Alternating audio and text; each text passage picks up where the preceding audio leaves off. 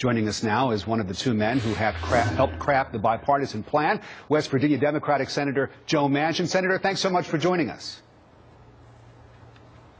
Thanks for having me, Rick. I was struck by the title of your bill. It's called the Public Safety and Second Amendment Preservation Act. Though a lot of gun owners don't see it that way. They see any Rights Preservation Act, thank you. And they see any kind of expansion of background checks as an infringement upon their Second Amendment rights. What do you say to them?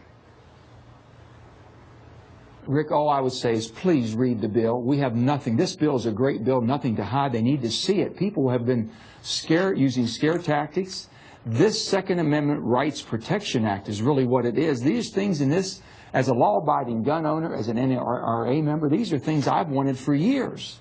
The other thing is I don't talk to any of my gun enthusiasts, if you will, that does not believe that we shouldn't do a background check on finding if someone's a criminal or if they've been mentally adjudicated not to be able to buy a gun at a gun show or online. The current law is, Rick, if you go to a gun store now, you have to do a background check.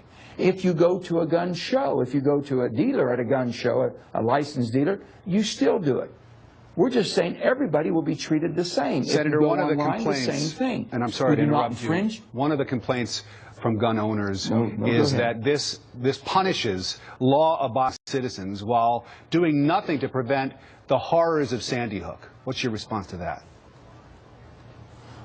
Let me just say, first of all, this does not punish. It protects law-abiding gun owners, and that's all I'm saying is read it. Get on manchin.senate.gov. Read it for yourself. Don't let somebody scare you.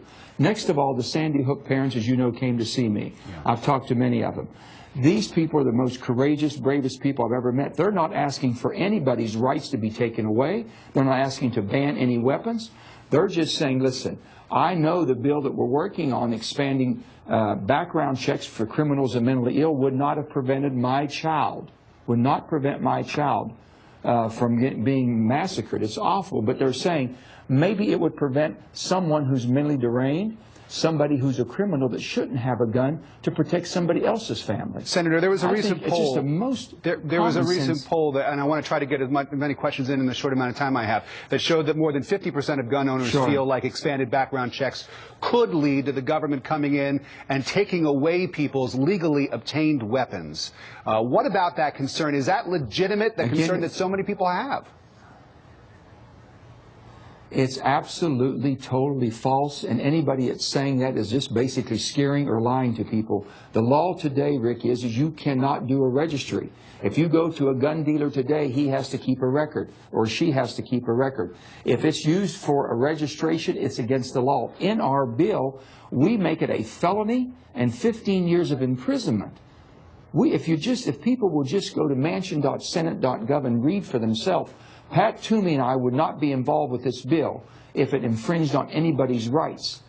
Senator Manchin, what happens to this next? What do you think happens when this bill or when the House takes up this legislation? Is the President ever going to get something close to what you crafted with Senator Toomey on his desk to sign? The President's been very clear. This is not his bill. It's not the bill he likes or would want. I understand that. This is the bill that me, as a law-abiding gun owner, Pat Toomey, this is a bill that those of us who come from gun cultures, it makes sense. It basically doesn't change any of the laws we have. We expand at gun shows, all background checks. Online, all background checks. We do that now to some extent. That's all we're doing. We don't infringe on individuals. We're not asking to infringe on any individual. We're protecting rights. We're protecting veterans' rights. Our veterans are not getting treated right. If you like veterans and you think they should be treated better, then you'll like this bill. If you're a law-abiding gun owner, you will love this bill if you look at what's in it. And if you want to protect and keep criminals and mentally insane people from having guns, you'll love this bill. Just please read it, and I'm hoping that we can get 60 votes in a bipartisan manner.